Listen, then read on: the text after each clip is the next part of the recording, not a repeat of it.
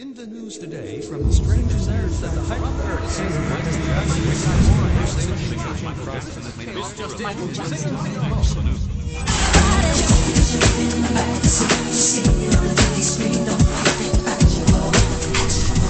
so damn disrespectable.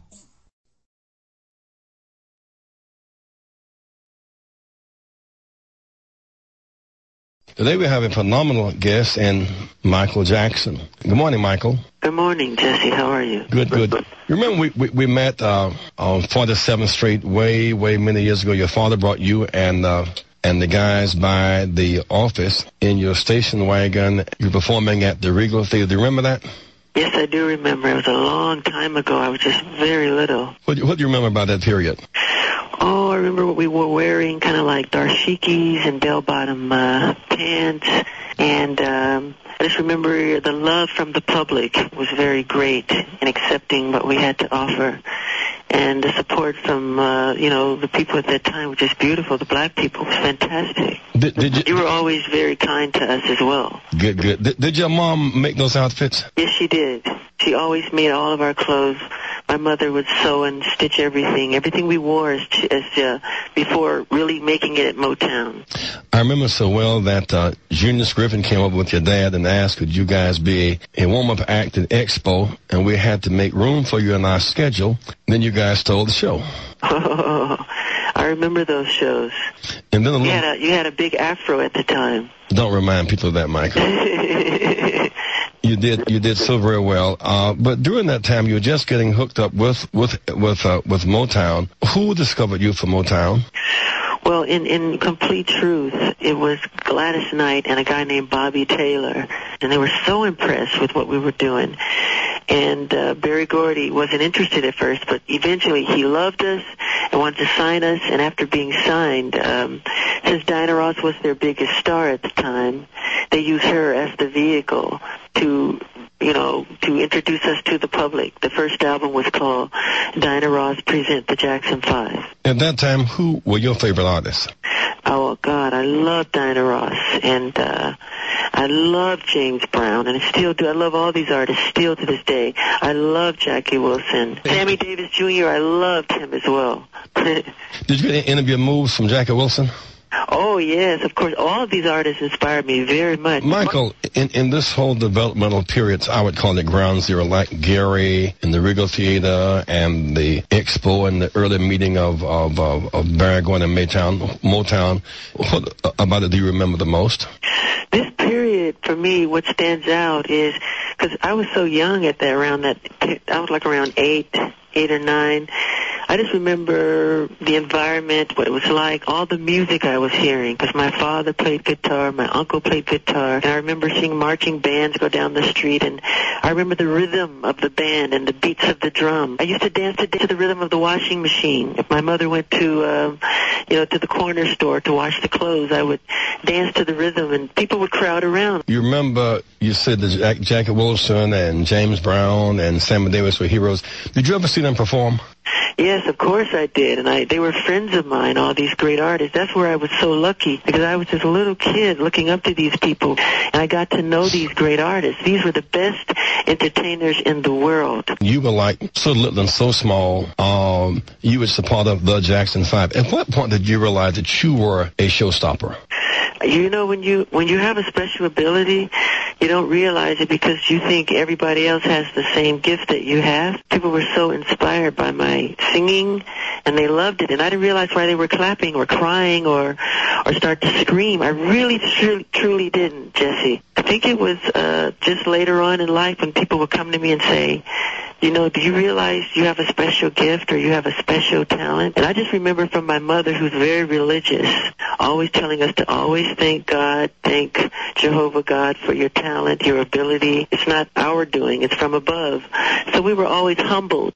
When did you stop going to school formally? Oh, that was very young. I think it was, oh boy. I think probably the 5th grade, 4th or 5th, I think. And then I had tutoring the rest of my life because we did so many tours and concerts and TV shows and then all the albums and the recordings. So I was in my youth, as a little kid, I was always busy. To that extent, you missed a certain body of childhood experience. How did you compensate for this loss of ordinary childhood experience? When you don't have a childhood, like people like myself and other child stars, I would think you try to compensate for the loss.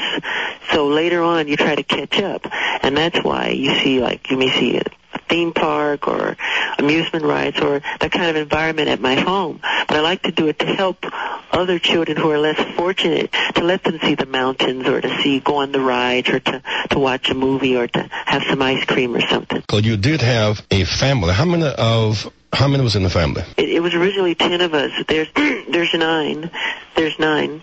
And my mother, Catherine and Joseph Jackson, are still alive, and we were all born in Gary, Indiana. Did Tito and Jermaine beat up on you and give you some normal childhood experience of being a little brother? Yeah, we're being on tour. But we were so popular at the time. Wherever the Jackson 5 would go, there would be mob scenes. And so it was difficult. So we did have a chance to have some fun, but in the hotel, there would be a pillow fight. Who would win the pillow fights? Pretty much Tito or Jackie. They were the oldest. Who was your greatest influence in learning to write? You write so well. My greatest influence in learning to write music, I think this is where I was lucky. 'Cause in my opinion, I came into the factory of the greatest songwriters at that time and in the 60s. Holland Dozier Holland of Motown. These three guys were phenomenal. And I love some of the Beatles stuff, and I love the Beatles music, actually. I love a lot of the show tune writers, Richard Rodgers and Oscar Hammerstein and Lerner and Lowe and Harold Arlen and Johnny Mercer. And I love the great Irish pub songs. I love English melody, but in the rhythms of Africa, which are the roots of rhythm, that's my favorite music, because I think that's the favorite music of the world. I mean, Africa is music. It is the origin. It is the dawn of existence. And so you can't avoid that. Did you have like a dancing coach? No, I never studied dancing before. It always came natural for me. It's just a natural instinct.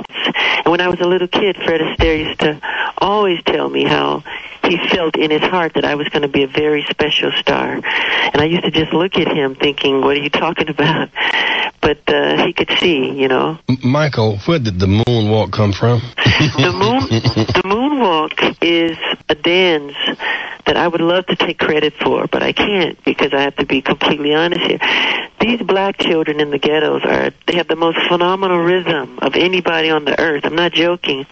I would see these kids dancing on the street, and I saw a kid doing this kind of sliding backwards, this kind of illusion dancing, I call it. And I took a mental picture of it, a mental movie of it, and I went into my room upstairs in Encino, and I started to just do it and dance and create and perfect it. Did you watch Don Canese and Soul Train? Oh, I love that show. Are you kidding? Of course I did. Then you became a man in many ways in a child's body. I mean, you never gained any weight. How did you manage? Well, I've never been a great eater. To tell a little secret, I hate to tell it, but I've never been a great eater or a great admirer of food, even though I appreciate food. My mother has always had a hard time with me all my life, forcing me to eat. Elizabeth Taylor used to hand feed me at times, because I do have a problem with eating, but I do my very best, and I am eating. Yes, I am. So I don't want anybody to think I'm starving. I'm not. My health is perfect, actually. I'm a great believer in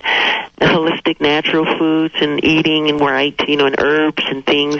God's medicine instead of Western chemicals, not those things, What for you represents a kind of high point? Well, one of the great high points, I had done an album called Off the Wall. It was an important point for me because I had just done the movie The Wiz, and I wanted to express myself as a writer, as an artist. But I was writing these songs at the time, like Don't Stop Till You Get Enough, Shake Your Body Down to the Ground, Billie Jean and Beat It. All these songs were written at this time. So I pretty much was setting mental goals of what I want to do as an artist.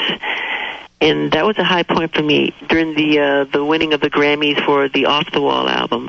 But I wasn't happy, because I wanted to do much more than that. I wasn't happy with, the way it was accepted, even though it was a huge success. And I said the next album, I refused for them to ignore. And that's when I set my heart on writing the Thriller album. Because at the time I was pretty much disappointed and hurt.